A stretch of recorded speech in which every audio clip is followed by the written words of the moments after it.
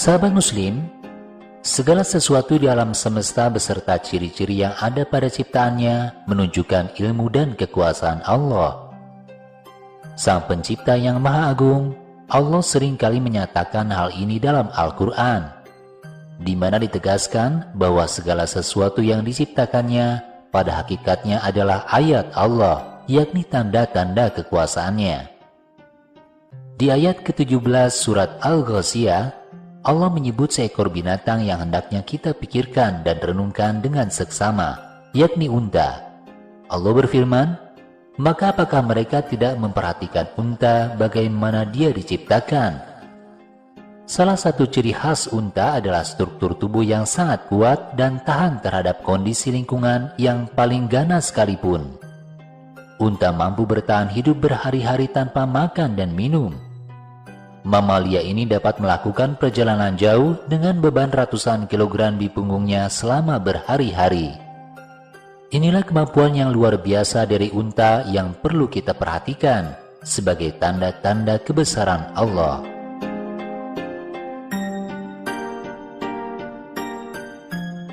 Tahan lapar dan haus. Unta mampu bertahan hidup tanpa makan dan minum selama 8 hari pada temperatur 50 derajat Celcius. Dalam masa ini, ia akan kehilangan 22% dari keseluruhan berat tubuhnya. Manusia bisa mati jika ia kehilangan air dalam tubuhnya sebanyak 12% dari berat badannya. Akan tetapi seekor unta kurus mampu tetap hidup kendati pun cairan tubuh sejumlah 40% dari berat tubuhnya telah hilang. Salah satu alasan mengapa unta mampu menahan rasa haus selama berhari-hari adalah sebuah mekanisme yang memungkinkannya untuk menaikkan suhu internal tubuhnya hingga 41 derajat Celcius. Dengan cara ini, hewan tersebut dapat menekan berkurangnya jumlah air hingga batas minimum pada temperatur paling panas pada siang hari di gurun. Unta juga mampu menurunkan suhu internal tubuhnya hingga 30 derajat Celcius di gurun dengan temperatur sejuk di malam hari. Pengguna air yang efisien. Dalam waktu sekitar 10 menit, unta mampu meminum air hingga 130 liter, jumlah yang kurang lebih setara dengan sepertiga berat tubuhnya. Di samping itu, unta memiliki struktur berlendir dalam hidungnya dengan ukuran 100 kali lebih besar dari yang ada pada manusia. Hal ini memungkinkan unta mendapatkan 66% uap air yang terkandung dalam udara. Tidak ada yang mubazir. Keberadaan punuk merupakan keuntungan tersendiri bagi unta. 1/5 berat tubuh unta adalah lemak yang tersimpan pada punuk tersebut. Karena tubuh mampu mengubah lemak menjadi senyawa bermanfaat lainnya termasuk air, maka penyimpanan lemak hanya pada satu tempat ini mencegah pengeluaran air dari keseluruhan tubuh unta. Hal ini memungkinkan unta menggunakan sesedikit mungkin air. Kendati pun unta berpunuk mampu menghabiskan 30-50 kg makanan dalam satu hari, dalam situasi yang sulit, binatang ini mampu hidup selama 1 bulan dengan hanya mengkonsumsi makanan 20 kg rumput per hari. Unta memiliki bibir yang sangat kuat dan mirip karet yang menjadikannya mampu memakan duri yang cukup tajam untuk merobek kulit yang tebal sekalipun. Di samping itu, unta memiliki perut dengan 4 bilik serta sistem pencernaan yang sangat kuat yang mampu mencerna apa saja yang dimakan unta. Ciri-ciri ini sangat sesuai bagi binatang yang hidup di iklim yang sangat kering. Perlindungan terhadap angin dan badai. Mata unta memiliki bulu mata yang tersusun menjadi 2 lapisan. Lapisan bulu mata ini membentuk sebuah perangkap yang mampu melindungi mata unta dari badai pasir yang ganas. Di samping itu, unta dapat menutup hidungnya sehingga mencegah masuknya pasir ke dalam hidung. Perlindungan terhadap panas dan dingin. Rambut tebal yang menutupi tubuh unta mampu melindungi kulit unta dari terpaan sinar matahari yang panas membakar. Sebaliknya, pada cuaca yang amat dingin, Rambut ini mampu menjaga tubuh unta agar tetap hangat. Unta padang pasir tidak begitu terpengaruh oleh temperatur yang mencapai 50 derajat Celcius. Sebaliknya, unta Bastrian yang berpunuk ganda mampu bertahan hidup pada suhu minus 50 derajat Celcius. Unta jenis ini dapat hidup di ketinggian 4.000 meter di atas permukaan laut. Tapak kaki yang tahan panas. Telapak kaki unta memiliki ukuran yang lebih besar dibandingkan ukuran dan panjang kakinya. Kaki ini dirancang secara khusus dan sengaja diciptakan dengan ukuran besar untuk membantu berjalan di atas padang pasir dengan mudah tanpa terperosok. Telapak kaki ini memiliki bentuk melebar dan menggembung. Selain itu, kulit yang tebal pada telapak tersebut merupakan bentuk perlindungan terhadap pasir gurun yang panas membakar.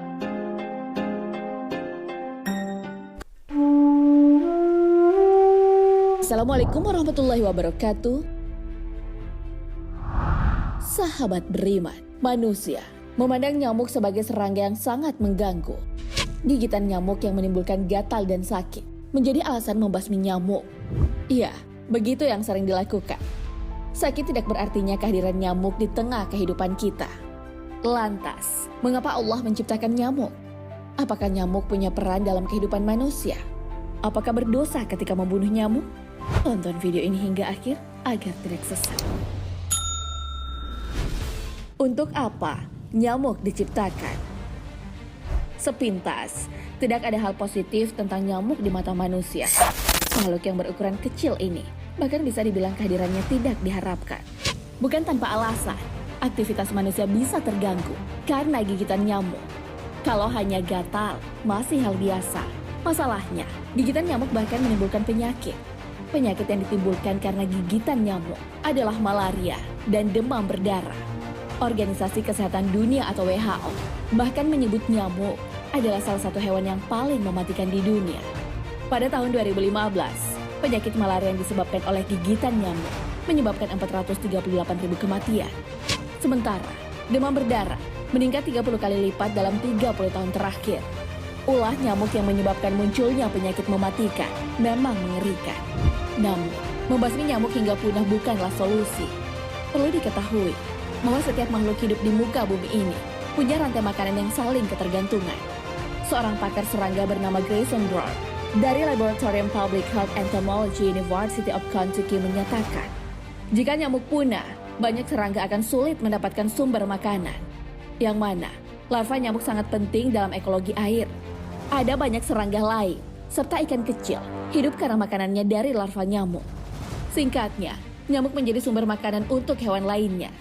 Jika nyamuk punah, hewan yang menjadikan nyamuk sebagai makanan akan ikut mati. Ini berarti nyamuk adalah sumber kehidupan binatang lainnya. Begitu kehadiran nyamuk menjamin siklus hidup makhluk lainnya. Kehadiran nyamuk ternyata bukan sekedar sebagai bahan makanan hewan lainnya. Meski ukurannya kecil, setiap organ tubuh nyamuk menyimpan banyak fungsi. Di kepalanya, terdapat 100 mata yang membentuk seperti sarang lebah. Di mulutnya, terdapat 48 gigi. Nyamuk bahkan memiliki 3 jantung, 1 jantung utama, sementara 2 jantung terdapat pada kedua sayapnya. Setiap jantung memiliki 2 telinga, 2 perut, dan 2 kaki. Nyamuk juga memiliki alat bius. Ini berfungsi untuk kelangsungan hidupnya. Alat bius itu bekerja ketika nyamuk menggigit manusia, sehingga manusia tidak merasakan keberadaan nyamuk yang tengah menggigit. Bekas gigitan itu baru dirasakan setelah nyamuk beranjak dari kulit manusia. Kaki nyamuk juga mampu mengeluarkan beberapa kuku pengaik. Ini difungsikan jika ingin hinggap di permukaan yang kasar, maka nyamuk akan mengeluarkan beberapa kuku penahan. Kuku tersebut berfungsi jika ingin hinggap di permukaan yang licin. Meski ukuran nyamuk kecil, ia memiliki ketahanan untuk kelangsungan hidupnya. Seperti yang telah dijelaskan, meskipun nyamuk sangat mengganggu manusia, kehadiran nyamuk menjadi bagian dari kelangsungan hidup makhluk lainnya. Tidak sia-sia, Allah Subhanahu wa Ta'ala menciptakan nyamuk. Hal ini sebagaimana yang telah dijelaskan di dalam Al-Quran. Ya Tuhan kami, tidaklah Engkau menciptakan semua ini sia-sia. Maha suci Engkau, lindungilah kami dari azab neraka. Al-Quran, Surah Al-Imran ayat 191. Dari sini, kita bisa memahami bahwa tidak ada ciptaan Allah Subhanahu wa Ta'ala yang sia-sia. Bahkan, di dalam Al-Quran, nyamuk disebut untuk berbagai perumpamaan. Apa yang dijelaskan Al-Quran tentang nyamuk? Sebagai seorang mukmin, tidak seharusnya memandang nyamuk hanya sebatas makhluk yang mengganggu karena gigitannya. Jika dicari tahu lagi, ada banyak pelajaran yang bisa dipetik dari hadirnya nyamuk di muka bumi ini. Pelajaran dari nyamuk bahkan bisa menambah kualitas keimanan kita. Nyamuk dijelaskan di dalam Al-Quran dan dijadikan perumpamaan oleh Allah Subhanahu wa Ta'ala. Sesungguhnya Allah tidak segan membuat perumpamaan berupa nyamuk atau yang lebih rendah dari itu. Adapun orang-orang yang beriman, maka mereka yakin bahwa perumpamaan itu benar dari Tuhan mereka. Tetapi mereka yang kafir mengatakan, apakah maksud Allah menjadikan ini untuk perumpamaan? Dengan perumpamaan itu, banyak orang yang disesatkan Allah. Dan dengan perumpamaan itu pula, banyak orang yang diberinya petunjuk. Dan tidak ada yang disesatkan Allah, kecuali orang-orang yang fasik. Al-Quran, Surah Al-Baqarah ayat 26. Dalam Al-Jamil Al-Quran terjemah, menafsirkan ayat tersebut bahwa asbabun nuzul ayat itu ketika Allah Subhanahu wa Ta'ala berfirman dalam surah Al-Hajj ayat 73, di mana isinya mengecam berhala-berhala kaum musyrikin dan menyebutkan bahwasanya menyembah Tuhan mereka itu sangat lemah seperti rapuhnya rumah laba-laba. Kemudian hadis riwayat Ibnu Hibban menjelaskan, orang Yahudi mempertanyakan kepada Rasulullah apa gerangan keutamaan atau kelebihan serangga atau laba-laba, sehingga Allah menjadikan perumpamaan dalam firman-Nya. Lalu turunlah surah Al-Baqarah ayat 26 tersebut. Adapun orang fasik yang dijelaskan pada ujung ayat 26 surah Al-Baqarah ialah orang yang melanggar ketentuan-ketentuan agama, baik berupa ucapan maupun perbuatan. Selain dalam Al-Quran, nyamuk juga dijadikan perumpamaan dalam sebuah hadis. Dari Abu Hurairah, Rasulullah SAW bersabda, pada hari kiamat, datanglah seorang lelaki gemuk yang bobotnya bahkan tidak mampu menandingi berat sayap nyamuk. Bacalah oleh kalian, dan kami tidak memberikan penimbangan terhadap amal mereka pada hari kiamat. Hadis riwayat Bukhari dan Muslim.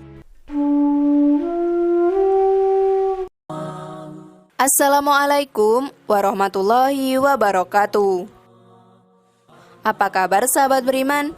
Selamat datang di Kalam Channel. Petir atau kilat bukan sekedar fenomena alam yang terjadi di kala hujan. Dalam sudut pandang syariat, petir berkaitan dengan keimanan kepada malaikat. Berikut rahasia petir yang dijelaskan Nabiullah Muhammad SAW dan juga para sahabat. Seperti apa rahasianya sahabat beriman? Dan inilah ulasan mengenai rahasia petir menurut Islam versi dari Kalam Channel. Namun sebelum lanjut, mari bersama tebar syiar dengan cara klik like, subscribe, share. Jangan lupa aktifkan tombol loncengnya, biar kalian jadi yang pertama nonton video selanjutnya dari channel ini. Mari kita berbagi pengetahuan dan ilmu yang bermanfaat. Amin, ya robbal alamin.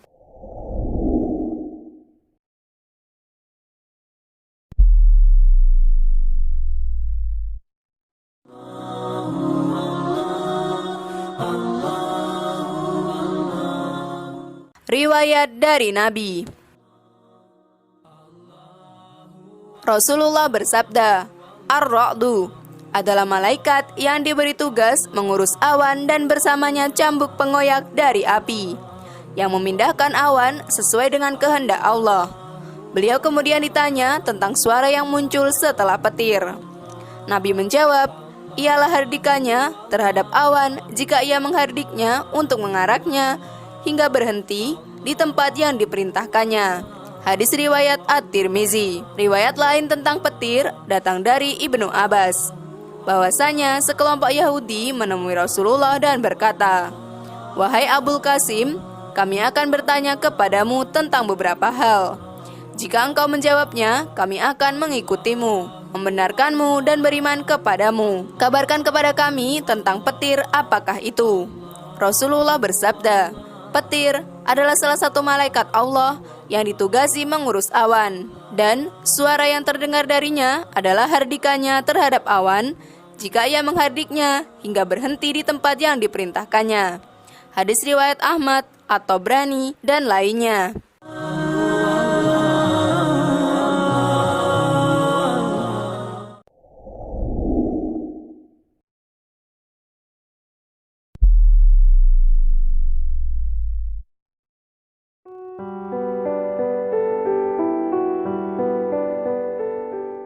Kabar dari sahabat.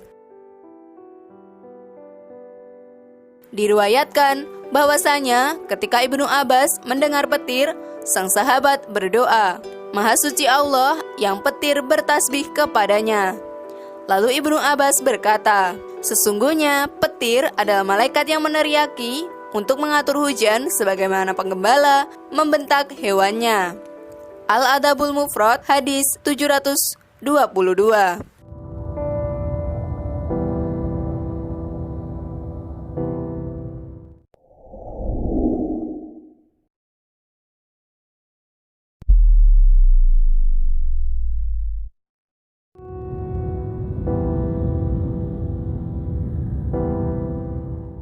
Penjelasan ulama. Sahabat beriman, Imam As-Suyuti menjelaskan tentang Ar-Ra'du bahwasanya ia adalah malaikat yang bertugas mengatur awan. Namun ada pula pendapat lain bahwasanya itu adalah suara malaikat. Sementara Al-Barq adalah kilatan petir atau kilatan cahaya dari cambuk malaikat yang mengiringi awan mendung. Dari semua penjelasan tersebut dapat disimpulkan bahwasanya terdapat malaikat yang bertugas untuk mengiring awan. Malaikat tersebut membawa cambuk ataupun pengoyak yang digunakannya untuk mengiring awan mendung. Dengannya, hujan turun di tempat yang sesuai dengan kehendak Allah. Wallahu a'lam bishawab.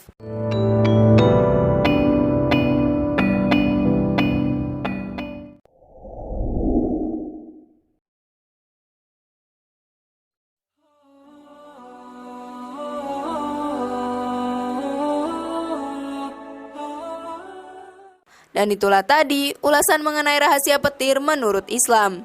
Bagaimana sahabat beriman? Sudah paham sekarang?